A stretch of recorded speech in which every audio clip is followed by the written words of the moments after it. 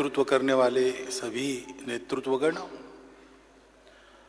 उपस्थित नागरिक सज्जन, माता भगिनी, एकात्म मानव दर्शन के 60 वर्ष पूरे हो गए।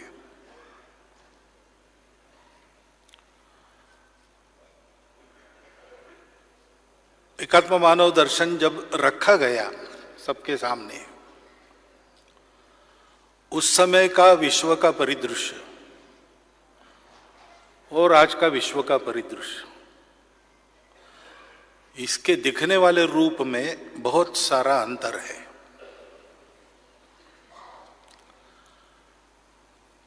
परंतु कुछ मूल बातें लगभग 2000 वर्ष से वैसी की वैसी है।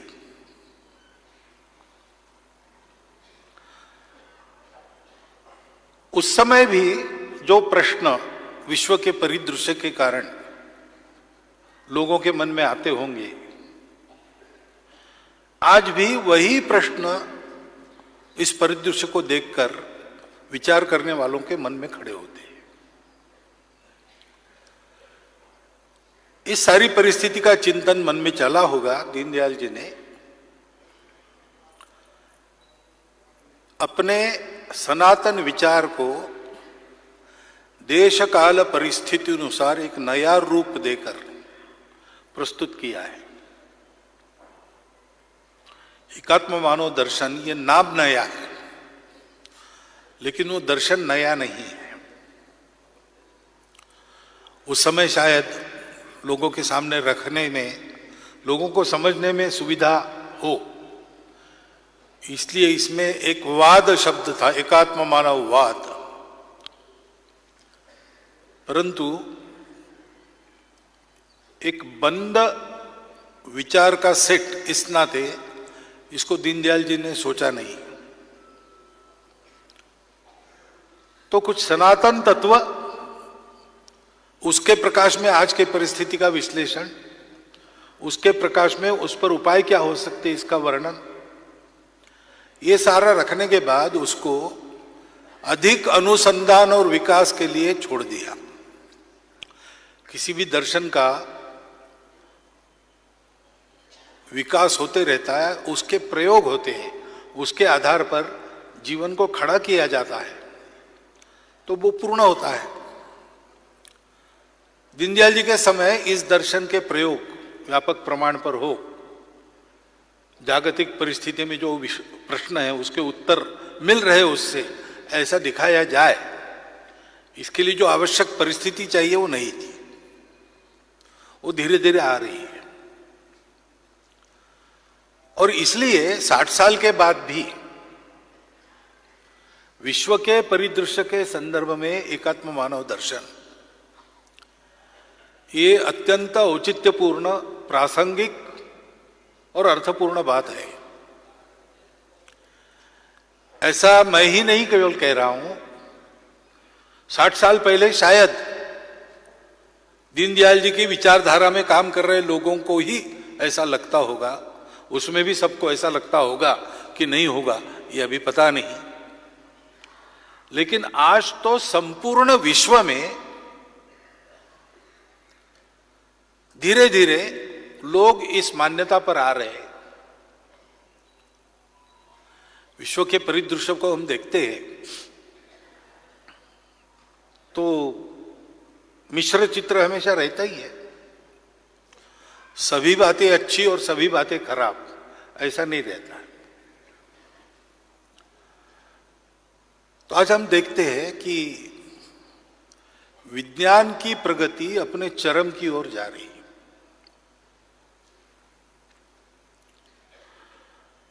मनुष्य का ज्ञान बहुत बढ़ गया है भौतिक सृष्टि के बारे में, और अधिक ज्ञान प्राप्त करने का प्रयास उसका चल रहा है।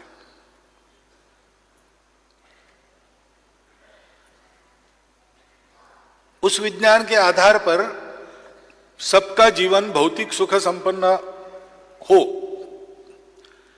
इसलिए कई प्रकार के नए नए साधन आ गए। मनुष्य के जीवन में कष्ट परिश्रम कम करने वाले साधन है, उसका आनंद बढ़ाने वाले साधन है। तो पहले हमको कोई वार्ता पहुंचानी है इधर से उधर, तो मनुष्यों को भेजना पड़ता था। बाद में पत्र भेजने की पद्धति आई, लेकिन वो भी लेके जाना मनुष्यों को ही पड़ता था। तो 15 दिन पहले हो गई बात, 15 दिन बाद, महीने बाद पता चलती थी। पानीपत की तीसरी लड़ाई में और जो हिंदू सेना वहां थी उसकी हार हो गई, तो निश्चित क्या हुआ इसका पता पूरे तफसील के साथ 1 महीने के बाद पता चला। आज आपको एक क्लिक करना है, आपका संदेश आप दुनिया में कहीं भी पहुंचा सकते हो और उसी क्षण उसका उत्तर भी आ सकता है। आवागमन की सुविधा हो गई है। 2 दिन में आप पृथ्वी प्रदक्षिणा करके वापस आ सकते हो।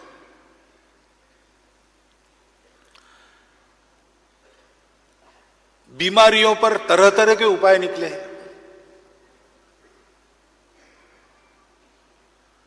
मनुष्य को परिश्रम करके जो अपने काम करने पड़ते थे, वो काम करने वाले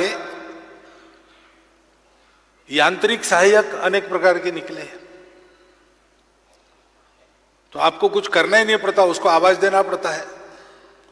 विज्ञापन आते कभी कभी टीवी पर, तो उसमें दिखाते हैं कि वो भोजन करते करते वो बता देता है कि अमुक गाना लगाओ, तो वो गाना लग जाता है। तो एक तो ऐसे दिखता है कि शास्त्र में, विज्ञान में बहुत प्रगति हुई है, बहुत प्रकार के साधन आ गए हैं, मनुष्य का जीवन सुख सुविधामय हो इसकी सारी व्यवस्था है, और इसको मान्य करना पड़ता है क्योंकि वो वस्तु स्थिति है। परंतु ये वस्तु स्थिति का एक रूप है।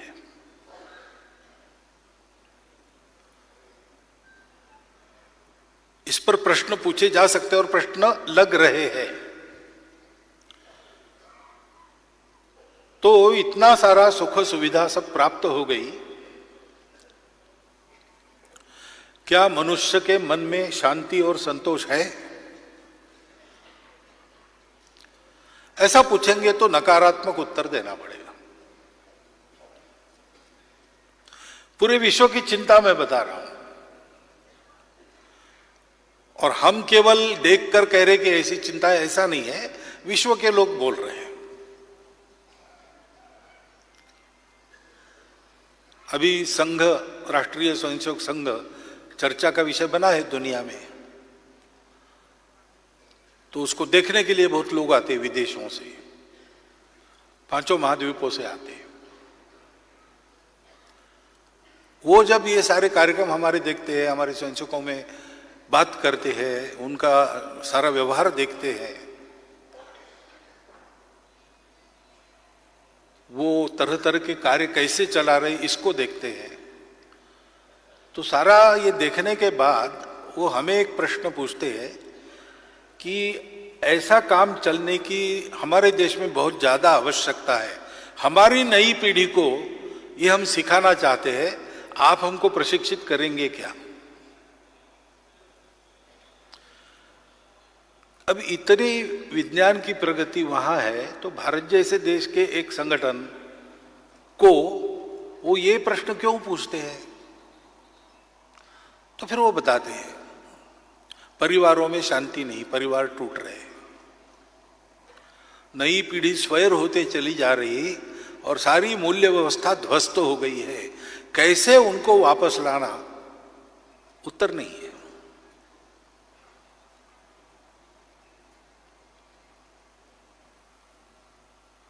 ये प्रश्न अगर हम पूछते हैं कि इतना मनुष्य प्रगत हो गया,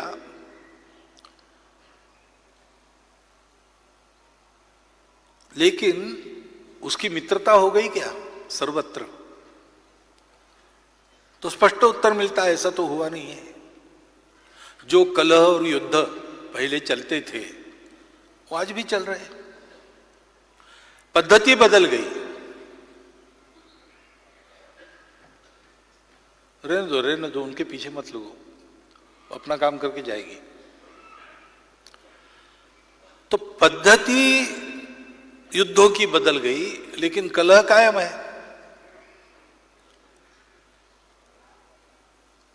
युद्ध हुए, पहला महायुद्ध बड़ा भयंकर हुआ, बहुत संवार हुआ, पहली बार मानव जाति ने ऐसा संवार देखा। इसलिए बड़ा प्रगत विचार करके लीग ऑफ नेशंस स्थापन हुई कि भाई ऐसा युद्ध फिर से नहीं होना चाहिए। लेकिन दूसरा महायुद्ध हुआ,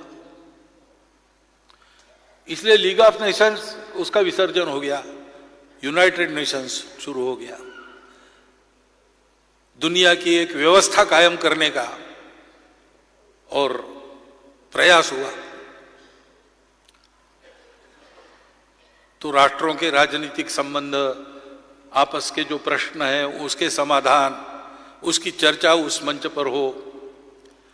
विश्व भर के आरोग्य की चिंता करने वाला और एक मंच उसके साथ, विश्व के अर्थनीति की चिंता करने वाला और एक मंच उसके साथ, जीवन के सभी पहलुओं में पूरी दुनिया एक होकर चले, इसके लिए यूनो स्थापन तो हुआ। अब 5 देश इस तरफ और 3 देश इस तरफ, ऐसा युद्ध तो नहीं हो रहा है, लेकिन युद्ध हो रहा है। और युद्ध सामने दिखने वाले, लड़ने वाले सामने अलग है, लेकिन उसके पीछे कौन सी शक्तियां लड़ रही है सामान्य आदमी भी समझता है, और उपाय नहीं उसका कुछ। इतनी सारी दवाइयां निकली है, स्वास्थ्य लाभ हुआ क्या? तो दवाइयां निकली है तो बीमारियां भी नई नई निकली है, और कुछ बीमारियों के कारण दवाइयां ही है, ऐसा भी है।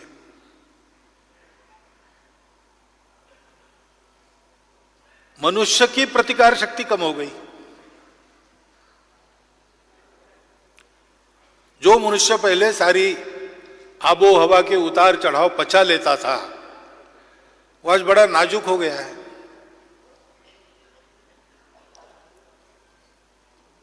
और ये जो सारा हो रहा है तथाकथित विकास, प्रगति, ये सब तक नहीं पहुंची है।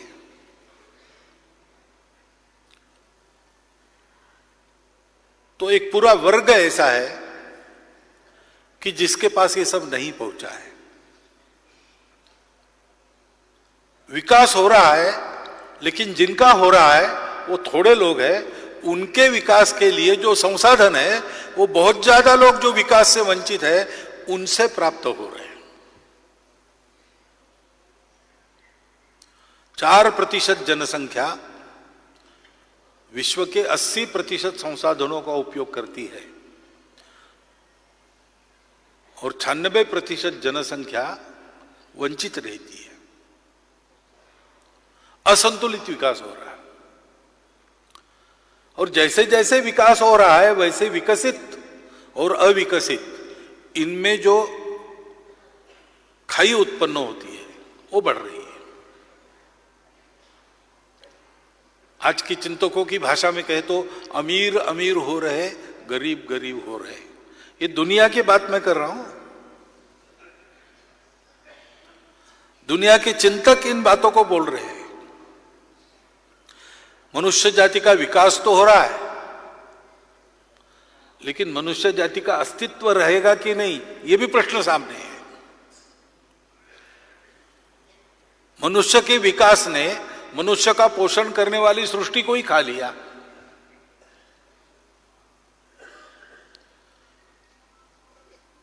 अब सामने दुविधा है, सृष्टि का रक्षण करना है, विकास बंद करो।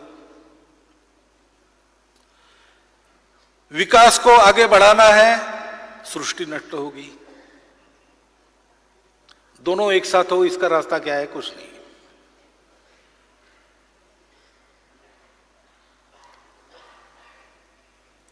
मनुष्यों में युद्ध न हो। युद्ध क्यों होते हैं? एक बात निकाली गई कि ये राष्ट्रीयता के कारण युद्ध होते हैं। नेशनलिज्म खतरनाक है। पहला महायुद्ध राष्ट्रवाद के उदय के कारण ही हुआ। दूसरा महायुद्ध भी इस राष्ट्रवाद के उदय का ही परिणाम है। इसलिए अंतर्राष्ट्रीयता की बात करो, तो अंतर्राष्ट्रीयता की बात तो बहुत जोर से हो रही, लेकिन हम देखते हैं कि अंतर्राष्ट्रीयता की बातें करने वाले लोग ही अपने राष्ट्र का स्वार्थ सुरक्षित रख के जितना हो सकता है उतना करते, कभी कभी उतना भी नहीं करते। 4-5 साल पहले अमेरिका के एक राजनयिक आए थे, मिलने के लिए आए थे। आकर उन्होंने बात शुरू की कि अमेरिका भारत का प्राकृतिक दोस्त है, दूर है इसलिए शत्रुता नहीं हो सकती, और बहुत सारे आदर्श समान हो सकते हैं। उनके विपरीत शक्तियों से बचने के लिए दोनों की दोस्ती होना आवश्यक है, और अनेक क्षेत्र में बहुत अच्छा सहयोग हो सकता है। अब इसको ना करने का तो कोई कारण नहीं था। मैंने कहा हो सकता है। तो उन्होंने कहा उदाहरणार्थ व्यापार में ये होना चाहिए, ये होना चाहिए। मैंने बोला बिल्कुल होना चाहिए। उन्होंने लेकिन एक बाद में वाक्य जोड़ दिया सब बता के, provided the American interest are protected. मैं उस पर कुछ बोला नहीं। बाद में उन्होंने कहा कि सुरक्षा की दृष्टि से ऐसा ऐसा है, ऐसा ऐसा है, इसलिए ये हो सकता है, वो हो सकता है। मैंने बोला हो सकता है। फिर उन्होंने कहा provided the American interest are protected. तो अंतर्राष्ट्रीयता की बात तो चलती है, लेकिन अंत में एक वाक्य रहता है provided our interest are protected.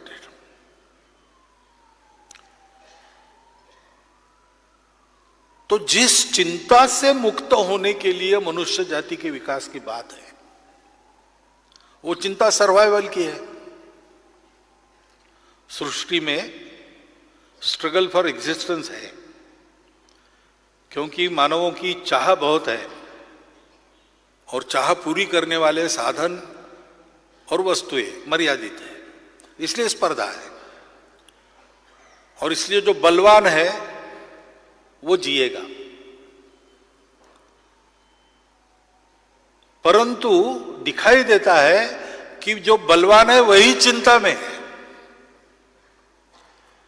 अपने सर्वाइवल की चिंता में बलवानों के ही संघर्ष हो रहे हैं, उसमें बाकी लोग पीछे जा रहे हैं।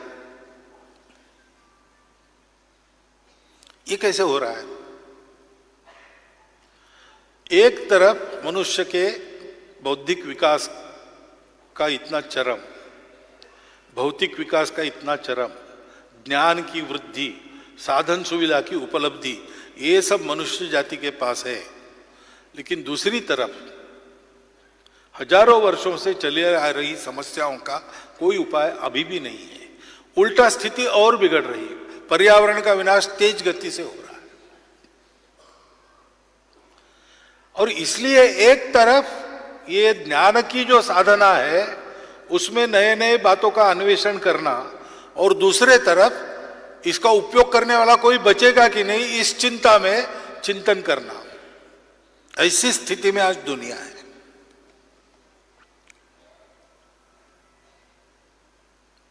और भी इस परिस्थिति का पहलू ऐसा है कि ऐसी दुविधा में फंसा दुनिया भर का मनुष्य ये सोचता है कि इसका उपाय हमको भारत से मिलेगा। ये क्यों सोचते हैं? हाल के वर्षों में, पिछले दशक में, पिछले 15 वर्षों में इंच इंच आगे बढ़ने वाला भारत मील मील आगे बढ़ने लगा। आज भारत की एक प्रतिष्ठा दुनिया में है वगैरह, ठीक है, लेकिन वो कारण नहीं है। केवल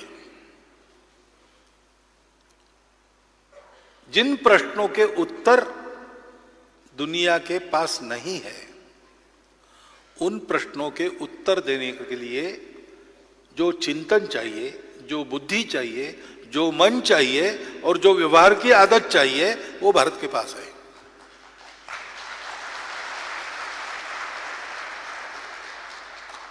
और इसलिए जब परिदृश्य को देखते हैं तो सहज ही विचार आता है कि किया तो सब सद्भावना से, हम मान ले, क्योंकि मनुष्य या कोई भी जीव, वैसे कहे तो सृष्टि का जड़ चेतन, वो सुख के पीछे ही भागता है। ये प्रकृति को परमात्मा ने दिया हुआ गुण है। परमात्मा अनंत सुख के भंडार है। परमात्मा से थोड़ा नीचे आकर प्रकृति चलती है, तो स्वाभाविक रूप से उस तरफ वापस जाने के लिए वो करती है प्रयास। सुख के लिए सब जाते हैं। अब पुराना तो पता नहीं, वो इतिहास भी नहीं जानता, महाभारत था कि नहीं, इस शंका में दुनिया थी। अब शायद उससे बाहर आ गई है, लेकिन उतना पुराना क्या था ये पाने का साधन आज दुनिया के पास नहीं है। जो होता है वो तर्क से ही होता है, परंतु उसके बाद का मालूम है हमको। गत 2000 वर्षों में जब भारत धीरे धीरे दुनिया में पीछे आ रहा था और पश्चिम के लोग आगे बढ़ रहे थे, बल की दृष्टि से, भौतिक सुख सुविधा की दृष्टि से, भौतिक जिज्ञासा की दृष्टि से, हमारे आत्मविस्मृति के कारण, हमारे अनेक अन्य कारणों के कारण हम लोग पिछड़ गए, वो लोग आगे गए। तो एक स्वाभाविक अहंकार उनके मन में ऐसा था, जिसके चलते उन्होंने कहा कि सारी दुनिया को हम सुखी करेंगे।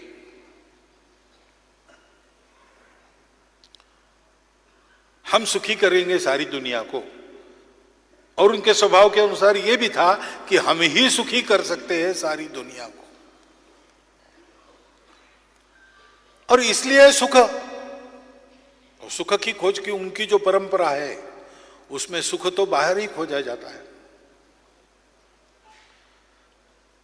सारी सृष्टि का ज्ञान प्राप्त हो, सुख की व्यवस्था कर सकते। सारे सृष्टि में सुख देने वाले पदार्थों का भंडार अपने पास हो, सुख को प्राप्त कर सकते हैं। तो ये बाहर का सुख, उसके पीछे वो लगे, क्योंकि सुख की ये कल्पना मूल उनकी जो दृष्टि है उसके कारण ऐसी थी, और वो दृष्टि ये अधूरी है। आज के विश्व में ये जो सारी दुविधा दिखती है, उसके मूल कारण में ये अधूरी दृष्टि है। उन्होंने विश्व को कैसे समझा? उन्होंने समझा कि विश्व ये जड़ है, जड़ता ही मूल है। जो चैतन्य आता है वो भी जड़ पदार्थों के परमाणु कणों के संयोग से ऊर्जा उत्पन्न होती है। मूल तो जड़ है, असत है, उससे सत उत्पन्न होता है, चैतन्य उत्पन्न होता है। अब जब जड़ का अध्ययन करते, भौतिकता का अध्ययन करते, बाहर दिखने वाले का अध्ययन करते, तो वो तो पृथक पृथक ही दिखता है। बाहर से हम देखते हैं, मैं बोल रहा हूं, आप सुन रहे हैं। आपको भूख लगी, आपको खाना पड़ेगा। मुझे भूख लगी, मुझे खाना पड़ेगा। मेरे खाने से आपका पेट नहीं भरेगा, आपके खाने से मेरा पेट नहीं भरेगा। तो हम सब अलग अलग हैं। हम सब अलग अलग हैं, इसलिए हम सबको सुख पाना है, लेकिन सुख के साधन मर्यादित है। अर्थशास्त्र सिखाते समय अर्थशास्त्र की व्याख्याओं में पहला यही आता है, ends are endless, means are limited. Economics is a science of completing our ends in limited means, ऐसा बताते हैं। तो स्पर्धा है, और स्पर्धा अगर है तो जो बलवान है वो जीतेगा। हम सब अलग अलग हैं, जड़ के बाद कुछ नहीं है। तो मैं जन्मा हूं, एक दिन मर जाऊंगा।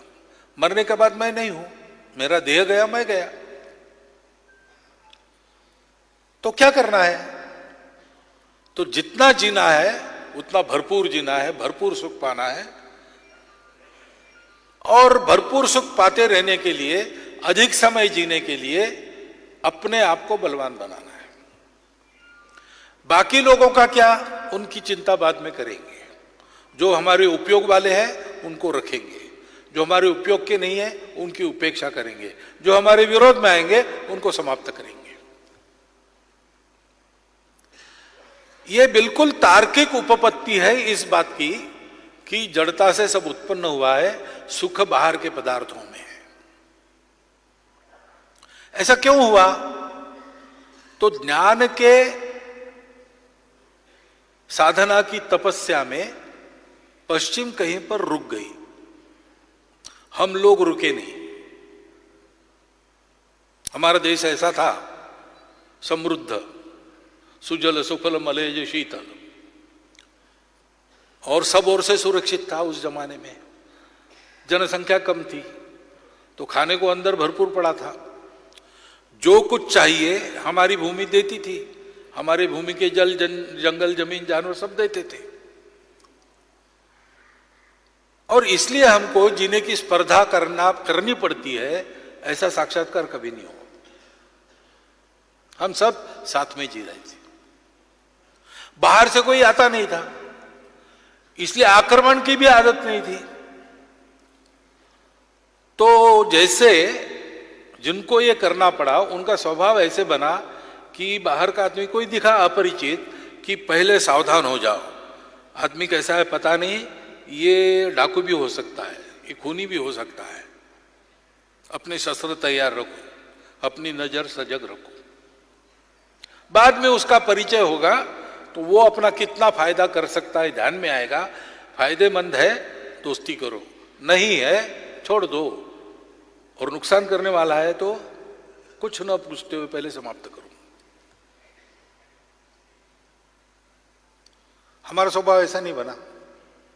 इतना सारा है, अगर कोई आता बाहर से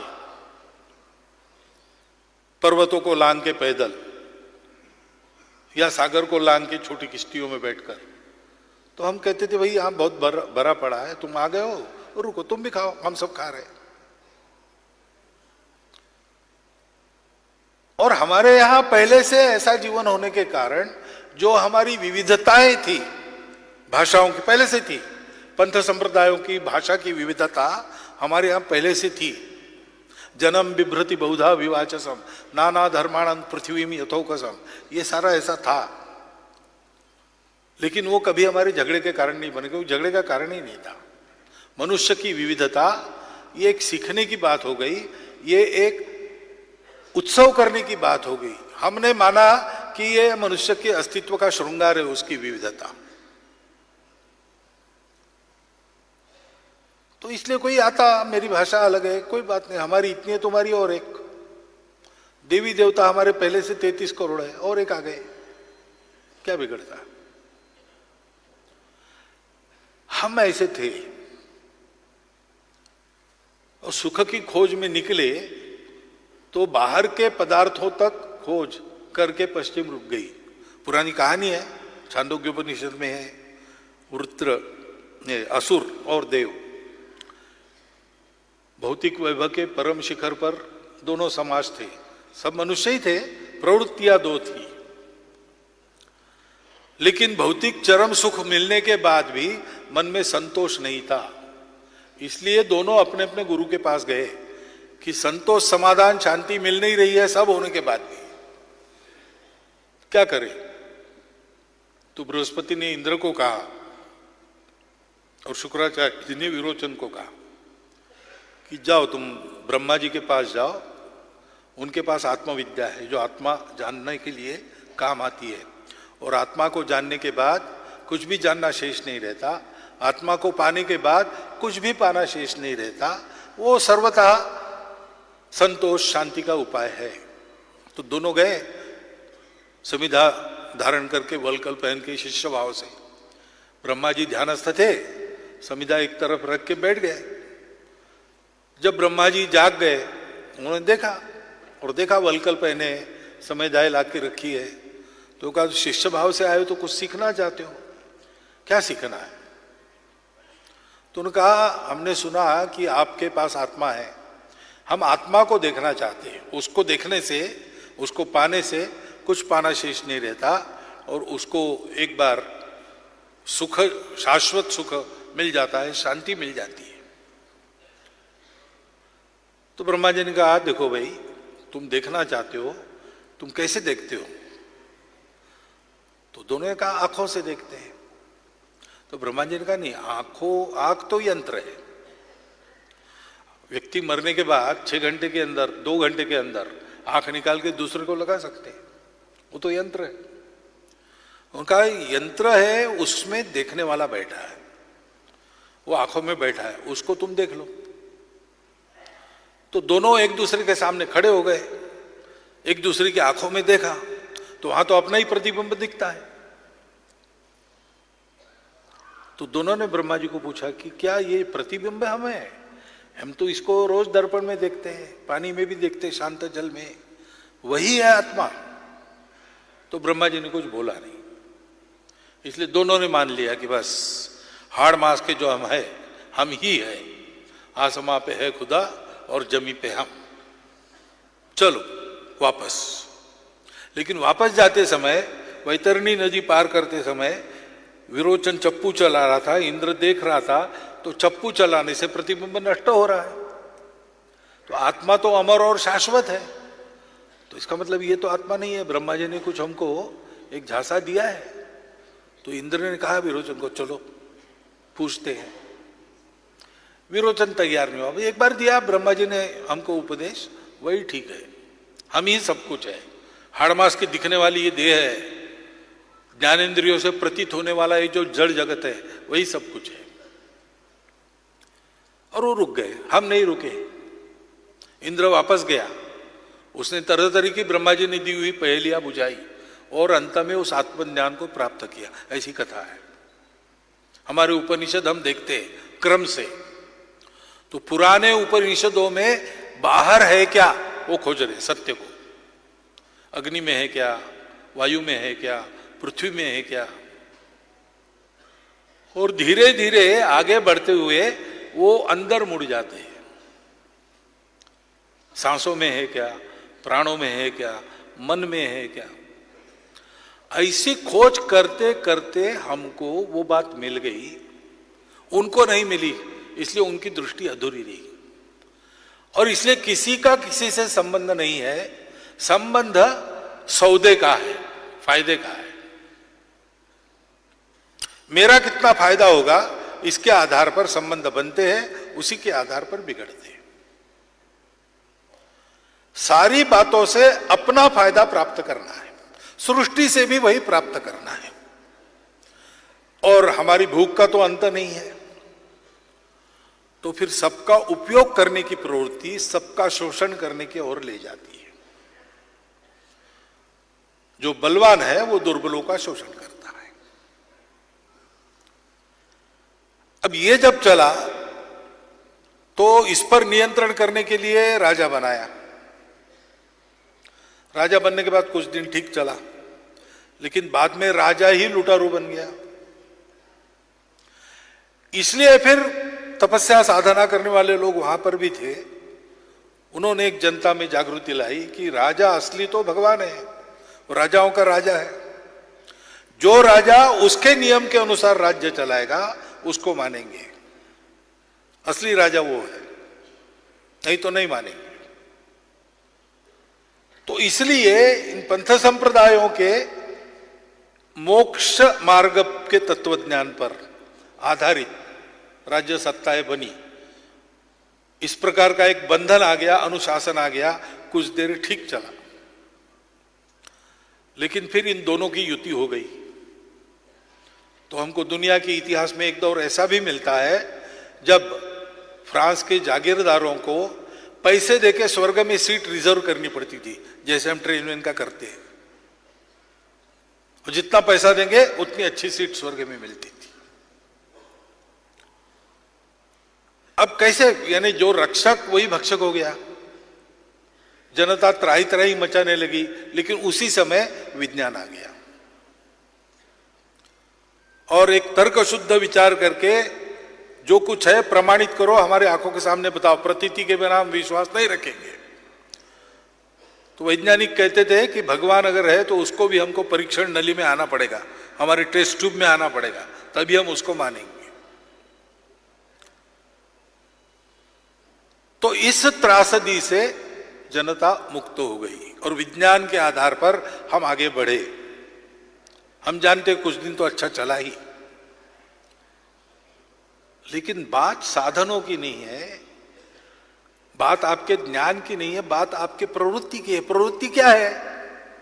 हम सब अलग अलग है,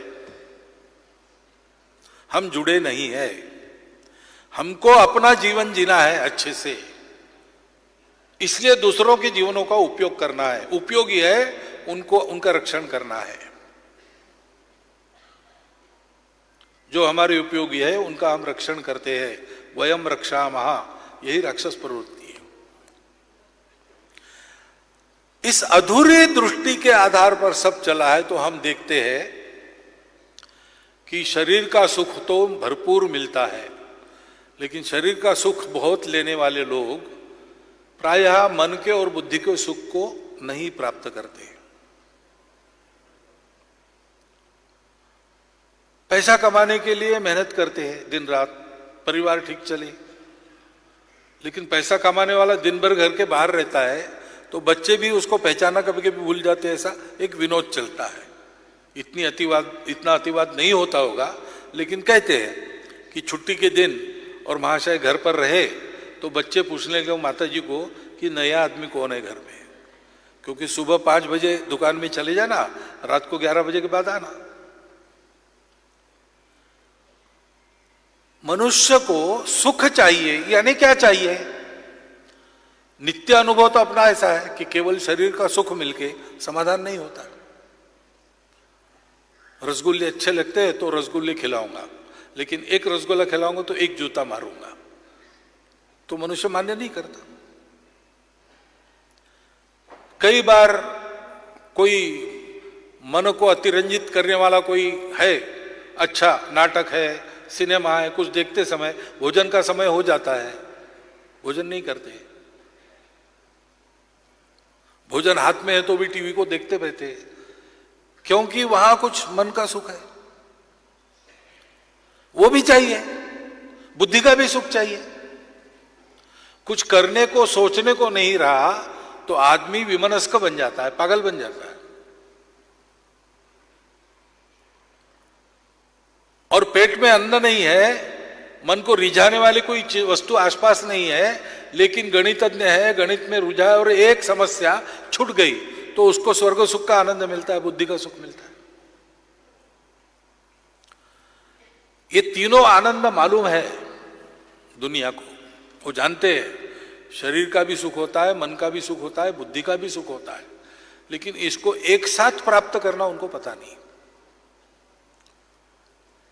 क्योंकि जिसके कारण इन तीनों का जुड़ाव होता है और ये सभी सुख एक साथ प्राप्त करने के लिए मिलकर चल सकते हैं, वो चौथा तत्व उनके पास नहीं है, वो हमारे पास है।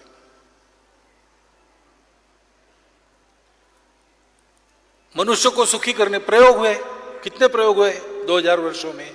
ईश्वर को मानने वाली विचारधारा है, उनका प्राबल्य रहा। ईश्वर को न मानने वाली विचारधारा है, उनका प्राबल्य रहा। जड़वादी विचारधाराओं ने कभी व्यक्ति को पूरा महत्व दिया और बाकी सबको गौण माना, उससे भी दुख उत्पन्न हुआ, प्रतिक्रिया हुई। इसलिए समाज को ही सब कुछ मानना, व्यक्ति को केवल उसका पुर्जावर मानना, ऐसे लेकर प्रयोग हुए। क्या हुआ? उसकी भी प्रतिक्रिया हुई, वो तथाकथित साम्यवाद, समाजवाद ध्वस्त हो गया। लेकिन उत्तर नहीं मिल रहा है। मनुष्य और मनुष्यों का समूह, समाज, परिवार, समाज, छोटे मोटे समूह रहते हैं मनुष्यों के, इन सबका ठीक होना चाहिए, लेकिन सबका एक साथ ठीक नहीं हो सकता। कैसे किया जाए? मनुष्य का विकास होता है, सृष्टि का विनाश होता है। विकास भी चलता रहे और विनाश भी न हो सृष्टि का, जोड़ने वाला क्या है? वो जोड़ने वाला जो तत्व था वो उनके पास नहीं है। इसलिए सारे प्रयोग जो उनके हुए उसके कुछ अच्छे पहलू है, उसमें से कुछ उपलब्धियां है, ये सब है, लेकिन मूल समस्या जो है मनुष्य को सुख समाधान शांति की प्राप्ति करा देने वाली एक व्यवस्था देना। मनुष्य निर्मित पिछले 2000 वर्षों की जो सारी व्यवस्था है वो इसमें पूर्णतः असफल रही है।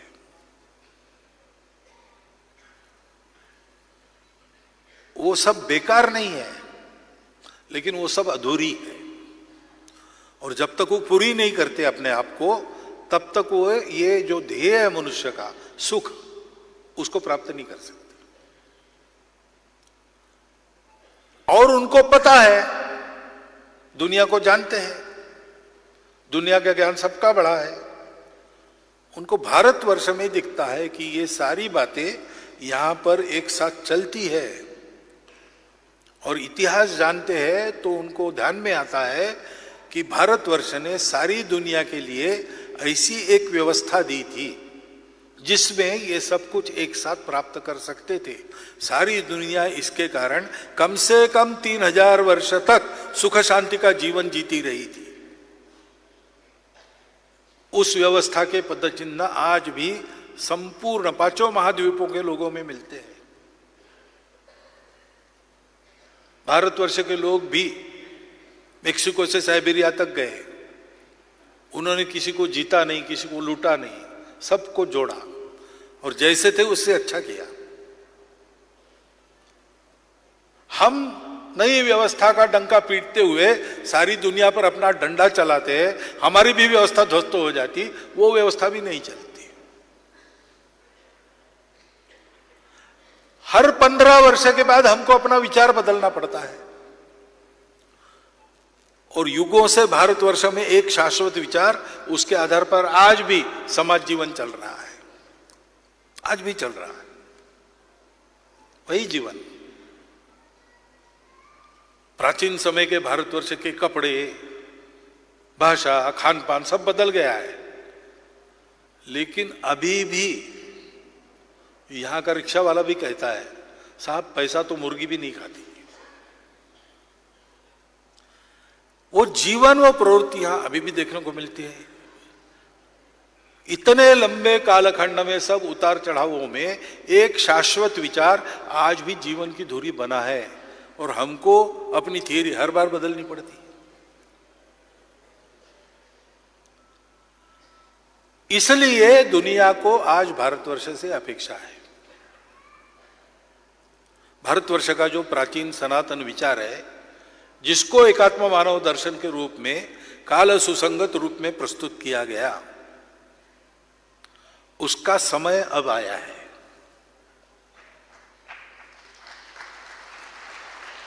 और इसलिए उसको समझना पड़ेगा। बात वही है, प्रारंभ होता है, सुख बाहर नहीं है, सुख अपने अंदर है।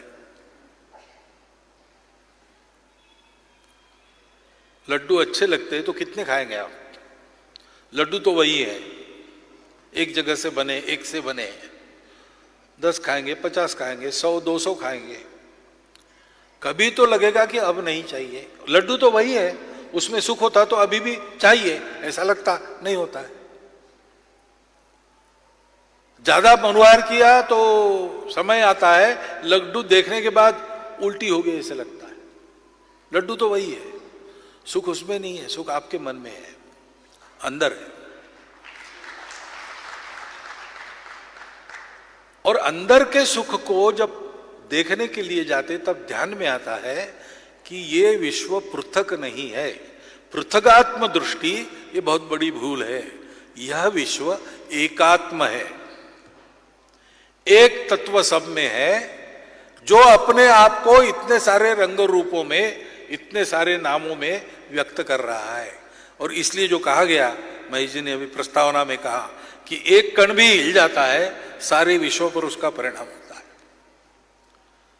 इसका मतलब होता है कि हमको जीना है तो केवल अपने लिए नहीं जीना है, हमारे जीने को वैश्विक संदर्भ है, प्राकृतिक संदर्भ है, मानवता का संदर्भ है, हमारे राष्ट्र का संदर्भ है, हमारे परिवार का संदर्भ है। मैं अकेला जीऊंगा ऐसे नहीं होगा, मुझे जीना पड़ेगा, सबके लिए जीना पड़ेगा। मुझे सुख चाहिए, शरीर का भी चाहिए। किसी भी प्रकार का अतिवाद हमारी इस दर्शन में नहीं चलता है। शरीर, मन, बुद्धि, आत्मा चारों है, चारों की सत्ता है, अपनी अपनी सत्ता है, उसकी मर्यादा भी है। जहां जिसकी सत्ता है वहां उसकी सत्ता मानकर चलते हैं, उस सत्ता की मर्यादा को समझ के उस सत्ता को चलना पड़ता है। और इसलिए संपूर्ण सुख एक साथ शरीर, बुद्धि, मन, आत्मा का सुख प्राप्त होना चाहिए। हमारे यहां व्यवस्था दी उसके आधार पर ब्रह्मचर्य, गृहस्थ, वानप्रस्थ, संन्यास।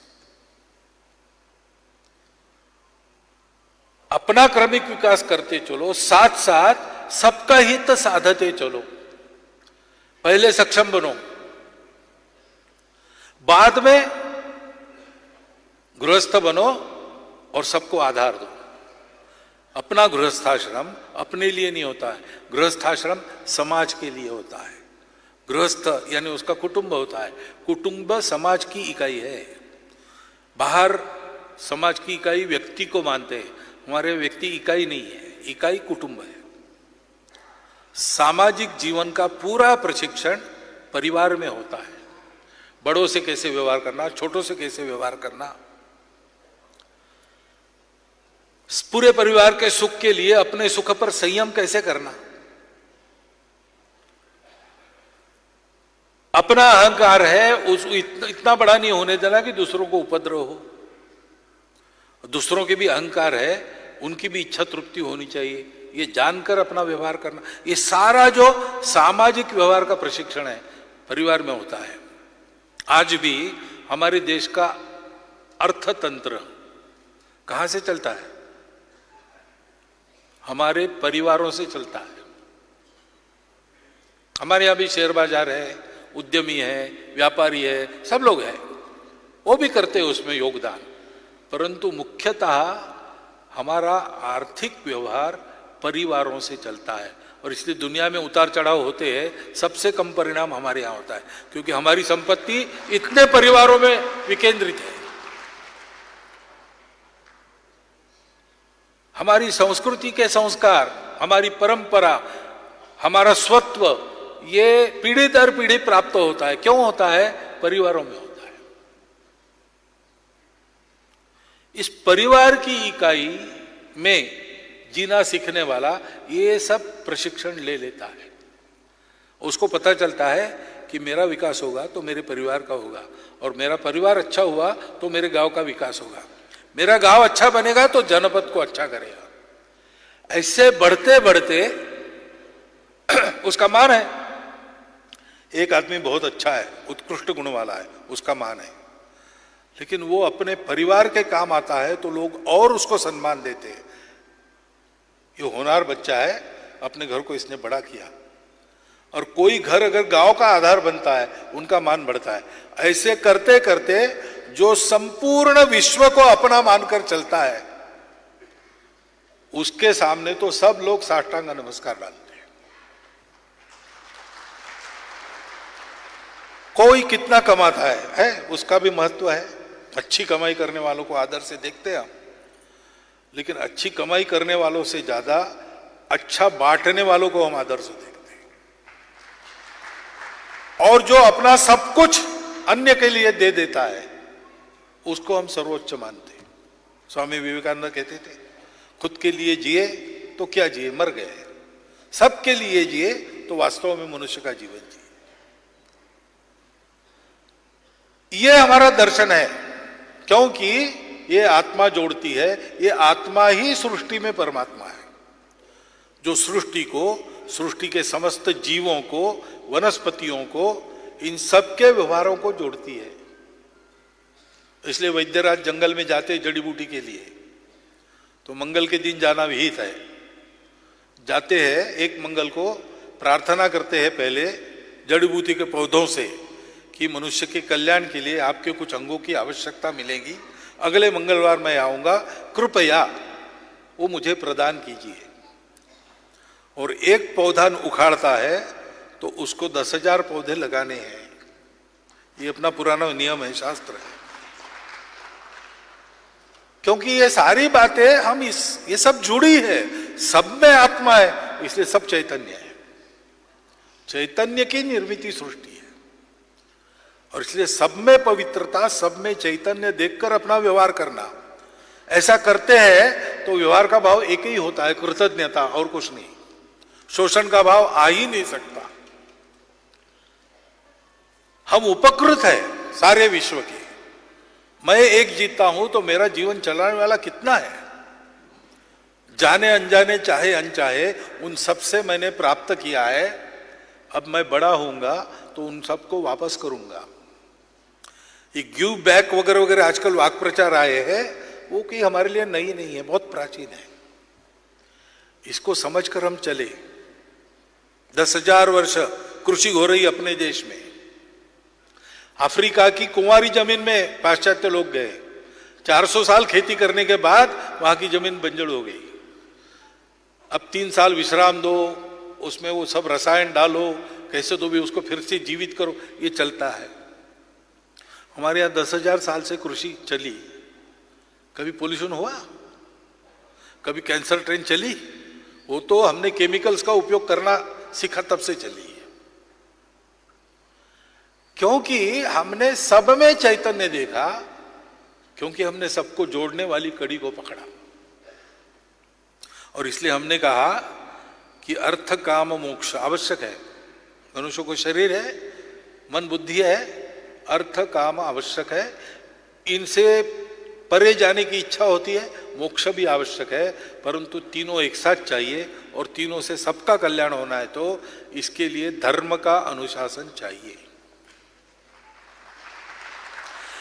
एकात्म मानव दर्शन को एक शब्द में अगर सारांश के रूप में आपको व्यक्त करना है तो आप कहिए ये धर्म है। धर्म यानी रिलीजन नहीं, धर्म यानी रास्ता नहीं, धर्म यानी गंतव्य है।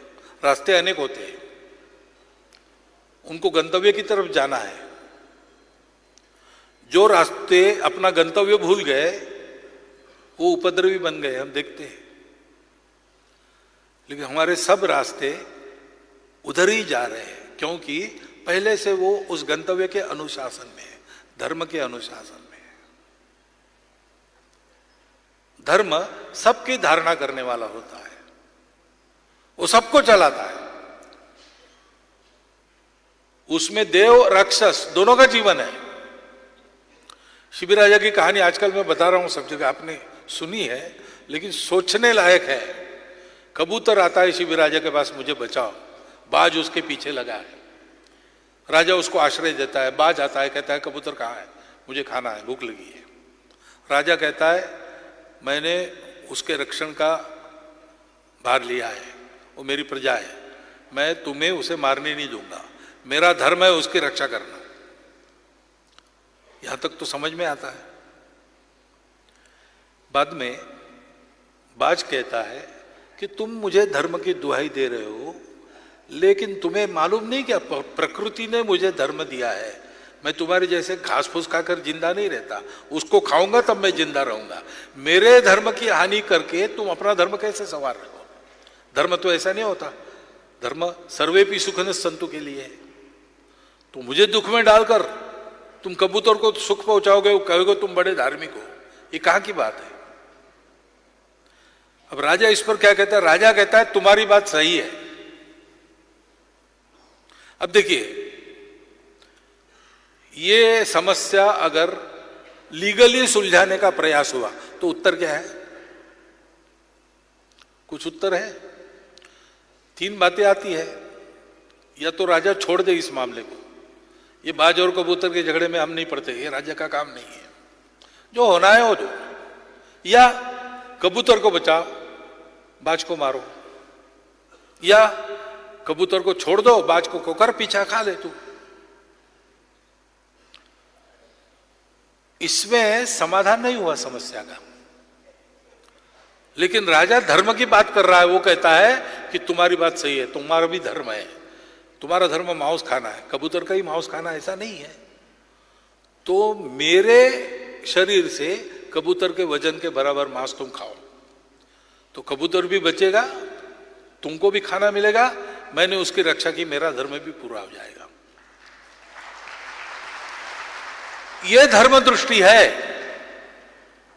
अंतरराष्ट्रीयता की बात करते करते दुनिया के दुर्बल देशों पर अपना डंडा चलाना, यह अप्रामाणिकता आई कहां से? संबंध तो कुछ है नहीं, इसलिए उनका क्या होता है क्या फिक्र है। लेकिन हमारी दृष्टि क्या है कि हम प्रामाणिकता से अपनी बात के पीछे खड़े, क्योंकि वो धर्म है, सब मेरे हैं। तो अगर किसी का कुछ नुकसान होना है सबके हित के लिए, तो मेरा ही हो, मैं त्याग करूंगा, मैं दूंगा। आज भी हमारे प्रामाणिकता के साथ जीवन के सब क्षेत्रों में हमारी प्रामाणिकता की साख है। सारी दुनिया हम पर विश्वास करती है, सारी दुनिया हमारा डॉक्टर खोजती है, सारी दुनिया हमारे इंजीनियर को मानती है, सारी दुनिया हमारे व्यापारी के साख पर विश्वास करती है। क्यों? क्योंकि हम भूल गए होंगे तो भी हमने ये 2000 साल से और लड़खड़ाती हुई पद्धतियों का स्वीकार करने के बाद भी जो ऋषि मुनियों ने हमारा स्वभाव बनाया है, वो कहीं ना कहीं प्रकट होकर काम करता ही है। वो हमारा दर्शन है। इसलिए एकात्म मानव दर्शन का समय आया, क्योंकि दुनिया के इस किसी बात का उत्तर दूसरा नहीं है। दुनिया को धर्म से चलना पड़ेगा, दुनिया को धर्म देना पड़ेगा, और धर्म के बारे में दुनिया को सिखाने का ईश्वर प्रदत्त कर्तव्य हमारा है।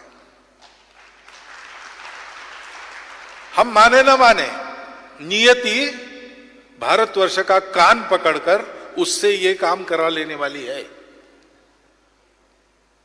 पिछले 100 वर्षों में भारत को धर्म के आधार पर चलाने का प्रयास नहीं हुआ। तथाकथित आधुनिक ये जो प्रणाली है, कैपिटलिज्म, सोशलिज्म आदि आदि सारे प्रयोग भारतवर्ष में भी हुए, लेकिन भारतवर्ष थोड़ा दूर गया, वापस आ गया। भारतवर्ष बढ़ेगा, धर्म के आधार पर ही बढ़ेगा। प्रकृति उसको इधर उधर जाने नहीं देगी। आज समय आया है विश्व को इस प्रकार का एक नया रास्ता देना है। विश्व बोल रहा है, चिंतक बोल रहे हैं, सामान्य लोग देखने के लिए आते, वो हमसे बात कर रहे हैं। आपस में चर्चा करते करते हम सुन रहे हैं, बाहर से वो चर्चा कर रहे हैं। उनमें से एक खड़ा होता, बोले देखो भाई, भारतवर्ष ऐसा नहीं, भारतवर्ष को आप अलग से समझो, ये अपने जैसा नहीं है। यहाँ एक दूसरी बातें हैं। कौन सी दूसरी बातें हैं? यही दूसरी बातें हैं। उसकी उनको आवश्यकता है, उनको देना यह अपना काम होता है। और इसलिए आज विश्व के परिदृश्य के संदर्भ में मनुष्य के भौतिक ज्ञान की प्रगति बहुत अच्छी हो रही है। हमको लेने लायक बातें उसमें है दुनिया से, परंतु जिस मुकाम पर दुनिया के रुक गई है, आगे जाने का रास्ता नहीं। बहुत साल पहले 1974 में रीडर्स डाइजेस्ट नाम का एक मासिक निकलता है। उसके 75 साल पूरे हुए। उसने अपना एक स्मरणांक निकाला, पिछले 75 वर्षों में जो अच्छे अच्छे लेख उसमें छपे थे, उसका एक संग्रह उन्होंने छापा। उसमें एक लेख था स्टारी यूनिवर्स, दी स्टारी यूनिवर्स। अमेरिका के एक बहुत बड़े शास्त्रज्ञ ने लिखा था। उस शास्त्रज्ञ का नाम मैं भूल गया, आपको किसी लाइब्रेरी में मिल सकता है, आप देख सकते हैं, दी स्टारी यूनिवर्स। उसमें वो लिखता है कि विज्ञान आगे चला गया, सूक्ष्म से सूक्ष्म चीज को भी आज हम देख सकते हैं माइक्रोस्कोप के जरिए। और लेकिन अब ऐसा हो गया कि वो सूक्ष्म से सूक्ष्म चीज है, वो हम देखने जाते हैं तो वो बदल जाती है। कणों तक हम आ गए। अब कण है कि ऊर्जा है ये हम बता नहीं पा रहे, क्योंकि कभी कण ऊर्जा जैसे दिखते, कभी ऊर्जा कणों में संगठित हो जाती है, और हम देखने जाते हैं तो उसका रूप बिगड़ जाता है। अब यहां हमारी मर्यादा आ गई, इससे आगे हम जा नहीं सकते। इससे सूक्ष्मतर हम देख नहीं सकते। और बड़ी से बड़ी चीजें हम दूरबीन के जरिए देख लेते हैं। प्रकाश वर्षों के अंतरों पर क्या है इसका विचार कर रहे हैं, अपनी दूरबीन से देख रहे हैं, गणित से सिद्ध कर रहे हैं, हमारे आकाशयान जा रहे हैं। लेकिन वहां भी हमारी मर्यादा इसलिए आ गई कि हमारे जो भौतिक नियम है वो इतने बड़े अंतरों में चलते नहीं। प्रकाश सरल रेखा में जाता है, लेकिन इतना दूर जाएगा तो वो घूम जाएगा, वापस आएगा और हमको ध्यान में आएगा जो सामने चीज हमको दिख रही वो हमारे पीछे है, और आने के लिए उसको इतना अंतर लगेगा, प्रकाश वर्ष। तो लाखों प्रकाश वर्ष दूर का हम देखते हैं, उनका प्रकाश इतने पुराने समय में वहां से चला जिसको हम आज देख रहे हैं। तो आज हमको जो दिख रहा है वो 30 लाख प्रकाश वर्ष पूर्व वहां था। आज क्या है हमको नहीं पता। यहां भी हमारी मर्यादा हो गई। हमको कणों से भी सूक्ष्म देख पाने वाली दृष्टि और प्रकाश के वेग से भी ज्यादा वेग से जाने वाला वाहन चाहिए। लेकिन हमारा नियम भौतिक ऐसा है कि ये अगर हमने अचीव किया तो हम कणों में बिखर जाएंगे, हम रहेंगे ही नहीं। अब एक ही साधन अपने हाथ में है, वो है अपना मन। मन सूक्ष्मतर बातों को समझ सकता है। मन एक क्षण में, आप यहां बैठे हो, मेरा भाषण लंबा हो गया, हो सकता है आप में से बहुत सारे लोग अपने घर में हो, यहां बैठे हुए, हो सकता है एक क्षण में। अब इस साधन का उपयोग करना है, ये साधन है, क्योंकि एक्स्ट्रा सेंसरी परसेप्शन जैसी बातें, नियर डेथ एक्सपीरियंस जैसी बातें आज है। अब इसका अभ्यास करना है तो वो लिख रहा है, उसके शब्द बता रहा हूं मैं, उसने लिखा है ये। इसका अभ्यास करना है तो हमको पूर्व में जाना पड़ेगा, विशेषकर भारत में जाकर। उसने नाम दिया है पातंजल योग सूत्र, योग वासिष्ठ जैसे ग्रंथों का अध्ययन करना पड़ेगा। दुनिया का ज्ञान भी, दुनिया का तर्क भी आज बताने लगा है ये आत्मा की बात, परमात्मा की बात है। अभी नोएटिक साइंस चल रहा है जो अपने बोध का अभ्यास करता है, कॉन्शियसनेस का अभ्यास करता है। और शास्त्रज्ञ कह रहे हैं कि ये जो बोध है अपना, मैं हूं, ये मेरा बोध है, ये बोध मेरे शरीर में मर्यादित नहीं है, वो यूनिवर्सल है। जो विश्व शास्त्रज्ञ कॉस्मोलॉजिस्ट है, उत्पत्ति शास्त्र विश्व का बताने वाले, वो कह रहे हैं कि everything started with A pre existing universal consciousness. अंग्रेजी भाषा में वो परब्रह्म की परिभाषा करने की चेष्टा कर रहे हैं। मैं इसलिए कह रहा हूं समय आ गया है, और इसलिए इस एकात्म दर्शन का अध्ययन, उसके आधार पर जीवन चलाने के प्रयोग शुरू हुआ है। इसका प्रमाण बढ़ना चाहिए अपने क्रियाकलापों में, अपनी नीतियों में। कैसे हम, सरकार तो कहती है सबका साथ सबका विकास, सबको साथ लेके कैसे चल सकते हैं। मनुष्य के शरीर, मन, बुद्धि, आत्मा, चारों को सुखी रखकर चारों का एक साथ विकास, समूह, सृष्टि, व्यष्टि और समष्टि, परमष्टि, इन सब का एक साथ विकास, और अर्थ काम धर्म के अनुशासन में चलकर मोक्ष के तरफ जीवन को अग्रसर करे। इस प्रकार की जीवन पद्धति, इस प्रकार की सब प्रकार की और नीति, ये हमारे छोटे छोटे प्रयोगों में, बड़े प्रयोगों में विकसित करके हमको अपना देश उसके आधार पर चलाकर दिखाना पड़ेगा, और सारी दुनिया को वो तंत्र देना पड़ेगा, क्योंकि दूसरा उपाय नहीं है। दुनिया के सब सोचने वालों ने मिलकर ये तय किया है कि अब दूसरा चारा नहीं है, भारत की ओर जाना पड़ेगा। और भारत के पास ये जो दृष्टि है, उसके आधार पर उसके जो प्रयोग हुए सबके सब सफल हुए हैं, और आज भी उसका समाज जीवन उसी भाव से चलता है। उसको काल सुसंगत रूप में एकात्म मानव दर्शन के रूप में पंडित जी ने प्रस्तुत किया, और गुंजाइश रखी कि हम उसमें और अनुसंधान और उसका विकास करें। उस कार्य को अपने अपने स्तर पर सबने हाथ में लेकर आगे बढ़ाना चाहिए, ऐसा समय है। आज के विषय के संदर्भ में मेरे पास जितना चिंतन था वो मैंने आपके सामने रख दिया है। जो कुछ अच्छा है वो एकात्म मानव दर्शन का है, कुछ गड़बड़ हुई होगी तो ये भी मानकर छोड़ दीजिए। बहुत बहुत धन्यवाद।